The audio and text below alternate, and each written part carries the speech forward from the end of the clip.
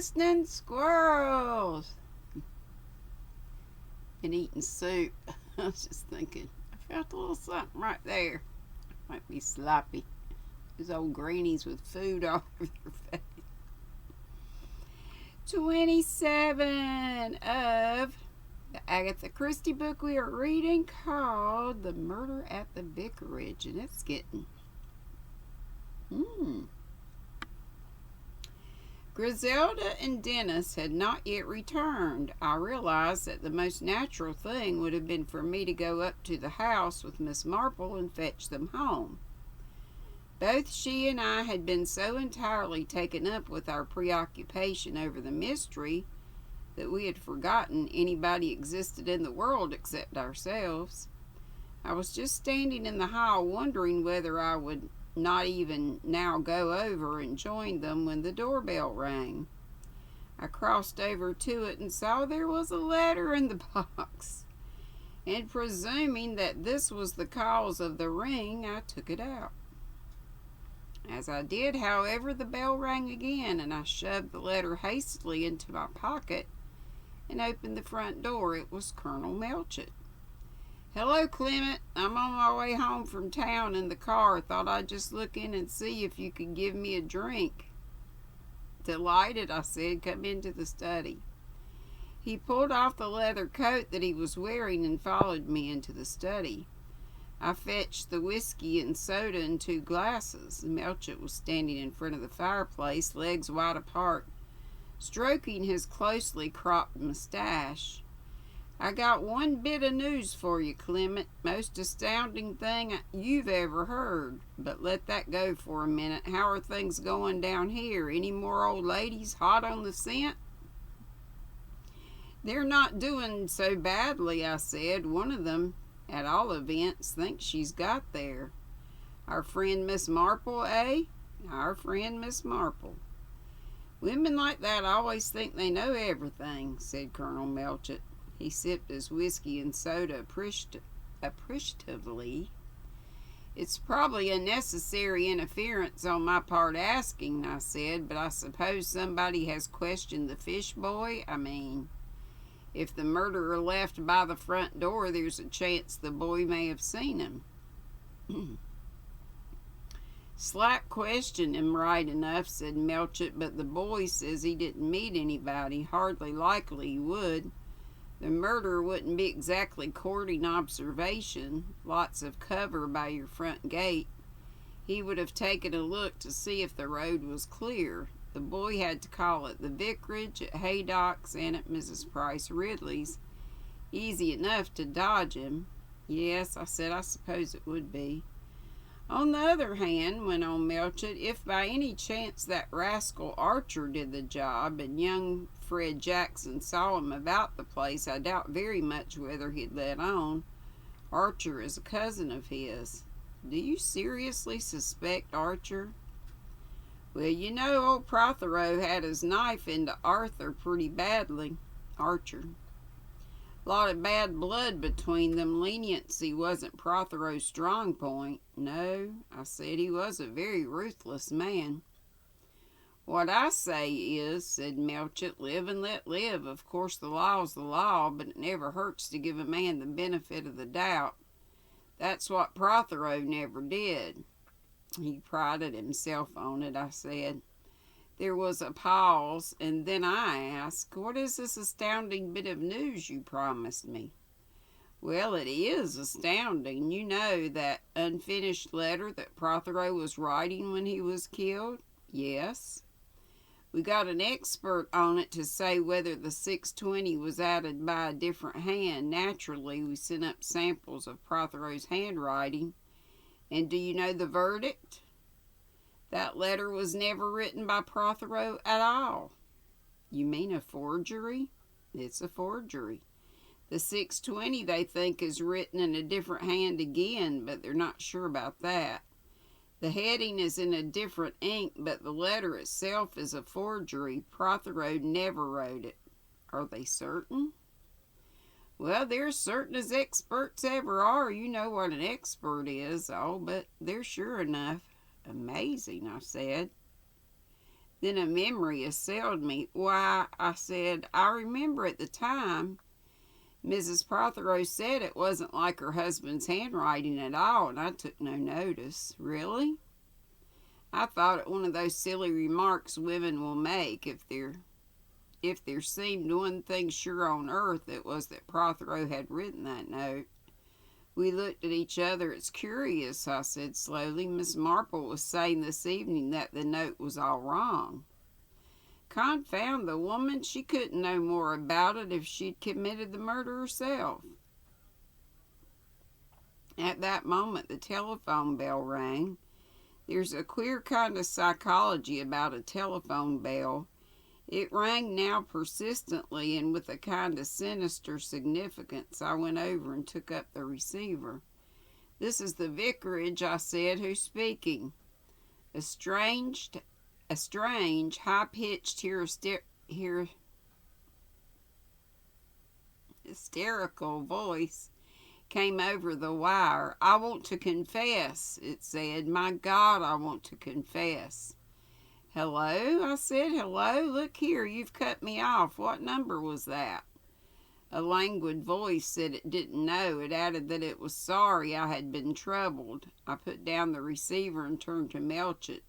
"You once said," I remarked, "that you would go mad if anyone else accused themselves of the crime. What about it?" "That was someone who wanted to confess, and the exchange has cut us off."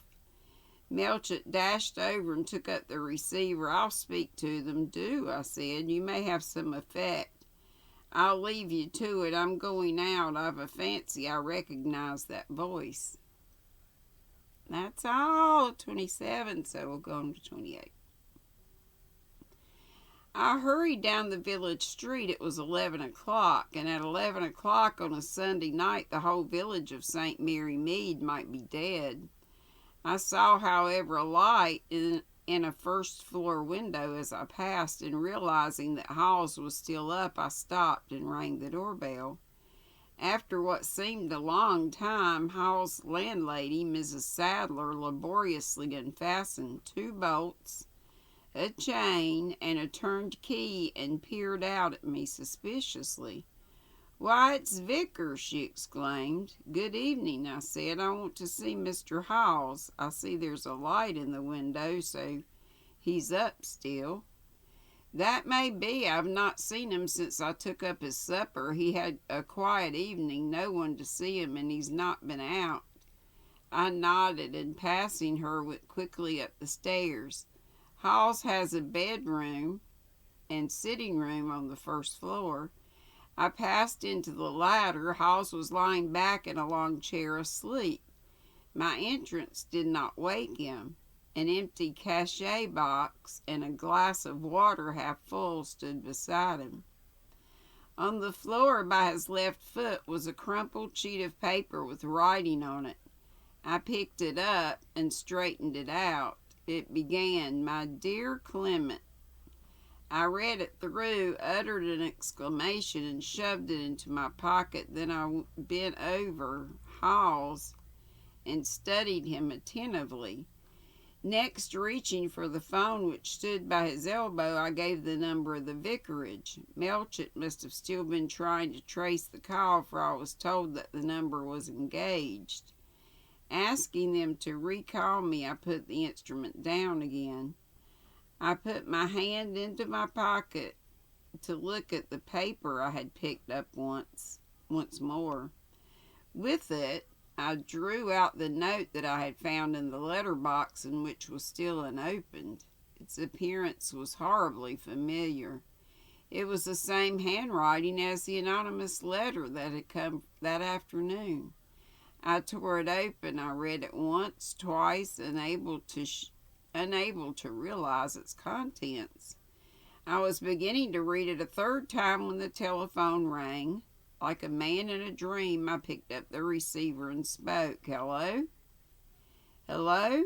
Is that you, Melchett?" "Yes. Where are you? I've traced that call. The number is—" "I know the number." "Oh, good. Is that where you're speaking from?" "Yes. What about that confession?" "I've got the confession all right." You mean you've got the murderer? I had then the strongest temptation of my life. I looked at the anonymous scrawl. I looked at the empty cachet box with the name of Cherubim on it. I remembered a certain casual conversation. I made an immense effort. I don't know, I said. You'd better come round. And I gave him the address, and I sat down in the chair opposite Halls, to think. I had 2 clear minutes to do so. In 2 minutes' time, Melchett would have arrived. I took up the anonymous letter and read it through again for the 3rd time. Then I closed my eyes and thought. And that's all 28. My goodness. Have a little tea and I'll go on to 29.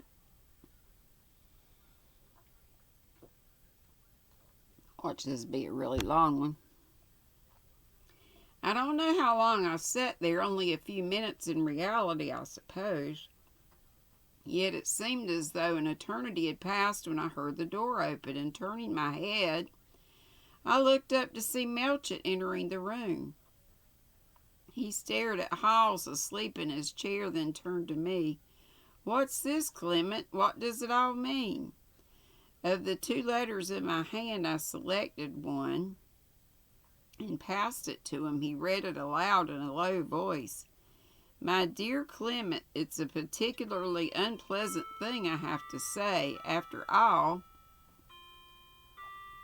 I think I prefer writing it. We can discuss it at a later date.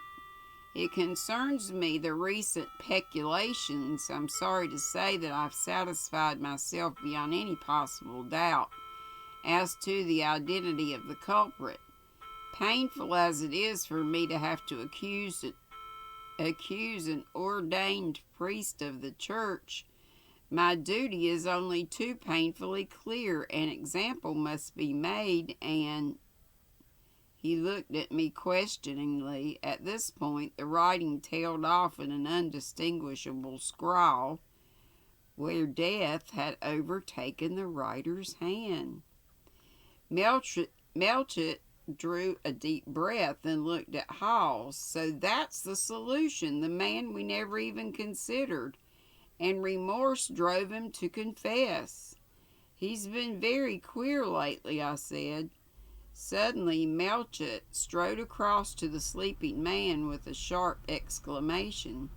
He seized him by the shoulder and shook him at first gently, then with increasing violence. He's not asleep. He's drugged. What's the meaning of this? His eye went to the empty cachet box. He picked it up. Has he? I think so, I said. He showed me these the other day, told me he'd been warned against an overdose. It's his way out, poor chap, perhaps the best way. It's not for us to judge him, but Melchett was chief constable of the county before anything else. The arguments that appealed to me had no weight with him. He had caught a murderer, and he wanted his murderer hanged. In 1 second, he was on the telephone, jerking the receiver up and down impatiently until he got a reply. He asked for Haydock's number. Then there was a further pause, during which he stood, his ear to the telephone and his eyes on the limp figure in the chair. Hello? Hello? Is that Dr. Haydock's? Will the doctor come round at once to High Street? Mr. Halls, it's urgent. What's that? Well, what number is it then? Sorry.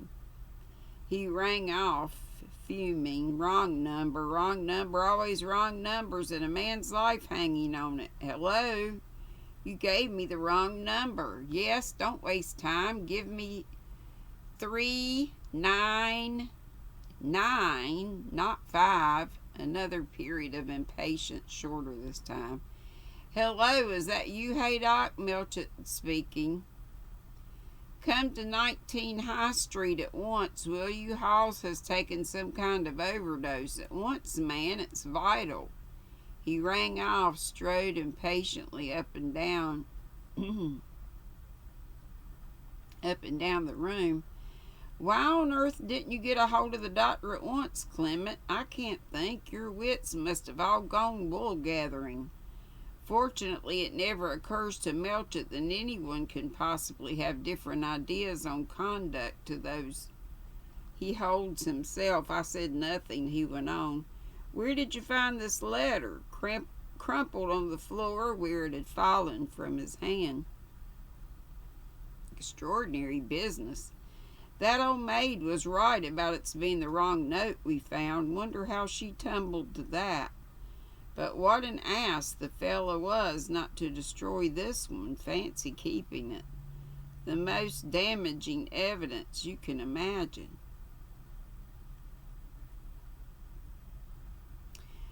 You can imagine. Human nature's full of inconsistencies. If it weren't, I doubt we should ever catch a murderer. Sooner or later, they always do some fool thing. You're looking very under the weather, Clement.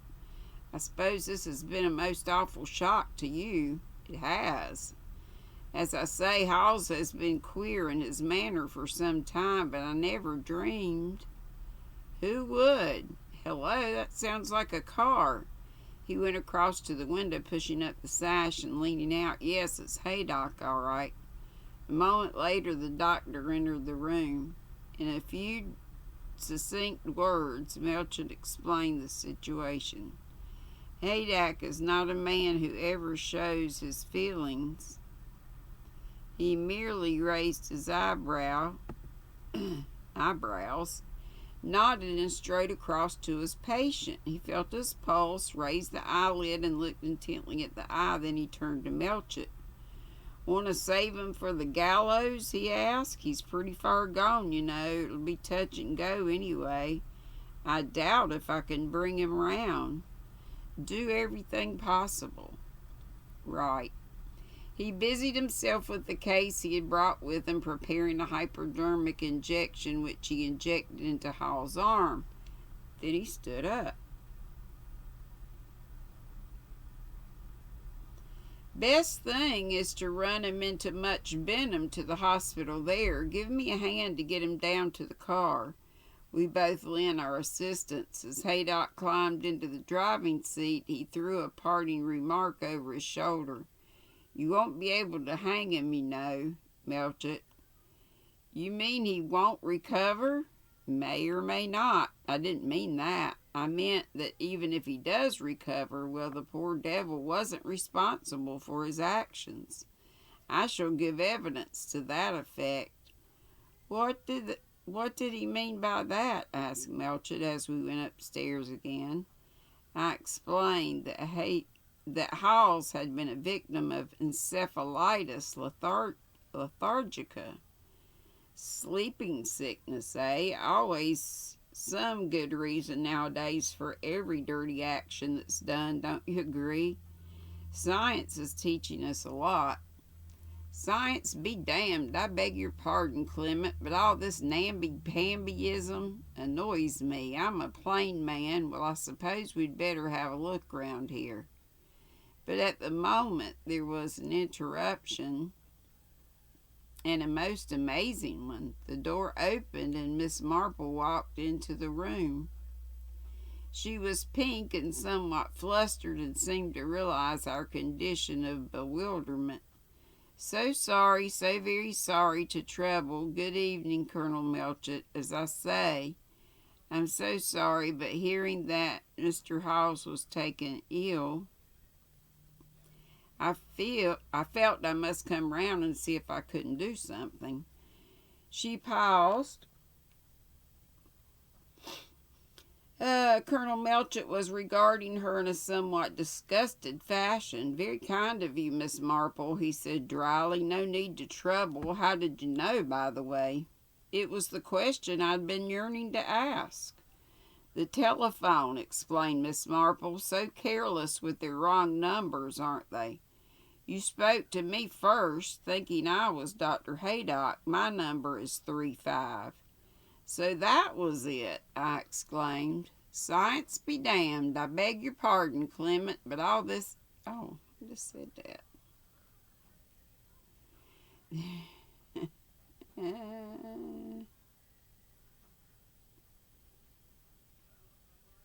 Okay, there's always some perfectly good and reasonable explanation for Miss Marple's omniscience. And so, she continued, I just came round to see if I could be of any use. Very kind of you, said Melchett again, even more dryly this time, but nothing to be done. Nothing to be done. Haydoc's taken him off to the hospital. Actually, to hospital? Oh, that's a great relief. I'm so very glad to hear it. He'll be quite safe there. When you say nothing to be done, you don't mean that he won't recover? It's very doubtful, I said. Miss Marple's eyes had gone.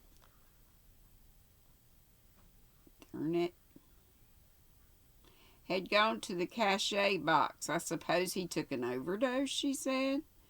Melchett, I think, was in favor of being reticent. Perhaps I might have been under other circumstances, but my discussion of the case with Miss Marple was not too fresh in my mind for me to have the same view, though I must admit that her rapid appearance on the scene and eager curiosity repelled me slightly.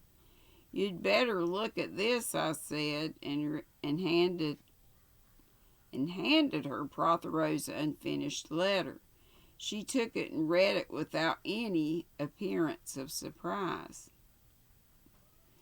You'd already deduced something of the kind, had you not? I asked. Yes, indeed. May I ask you, Mr. Clement, what made you come here this evening? That is a point which puzzles me. You and Colonel Melchett, not at all what I should have expected. I explained the telephone call and that I believed I had recognized Hall's voice. Miss Marple nodded thoughtfully. Very interesting, very providential, if I may use the term. Yes, it brought you here in the nick of time. In the nick of time for what? I said bitterly. Miss Marple looked surprised. To save Mr. Hall's life, of course. Don't you think I said that it might be better if Halls didn't recover? Better for everyone. We know the truth now, and I stopped, for Miss Marple was nodding her head, which, with such a peculiar, this word always gets me, vehemence, that it made me lose the thread of what I was saying. Of course, she said, of course, that's what he wants you to think. That you know the truth and that it's best for everyone as it is. Oh, yes. It all fits in, the letter, the overdose, and poor Mr. Hall's state of mind and his confession. It all fits in, but it's wrong. We stared at her. That's why I'm so glad Mr. Halls is safe in hospital where no one can get at him. If he recovers... If he recovers, he'll tell you the truth. The truth? Yes, that he never touched a hair of Colonel Protheroe's head. But the telephone call, I said, at the telephone call, I said, the letter, the overdose, it's all so clear. That's what he wants you to think. Oh, he's very clever, keeping the letter and using it this way. Was very clever indeed. Who do you mean? I asked. By he, I meant the murderer, said Miss Marple. She added very quietly, I meant Mr. Lawrence Redding. And that's it. My goodness. 3 chapters in. In less than 25 minutes. That's great. So we'll be on 30 next time. Hope you enjoyed. Have a lovely, crafty Saturday night, and hope to see you tomorrow, Sunday, where I'll be giving away a couple of prizes. So make sure you're there. Still on this band. It's about halfway done. But ain't it pretty? Love this yarn. City lights. Woolies. Thick and quick. In the color City Lights. It's going to be pretty, I hope. If I can get the band done, the rest of it comes easy. Love y'all. See you later. Be sweet, don't be ugly. Bye-bye.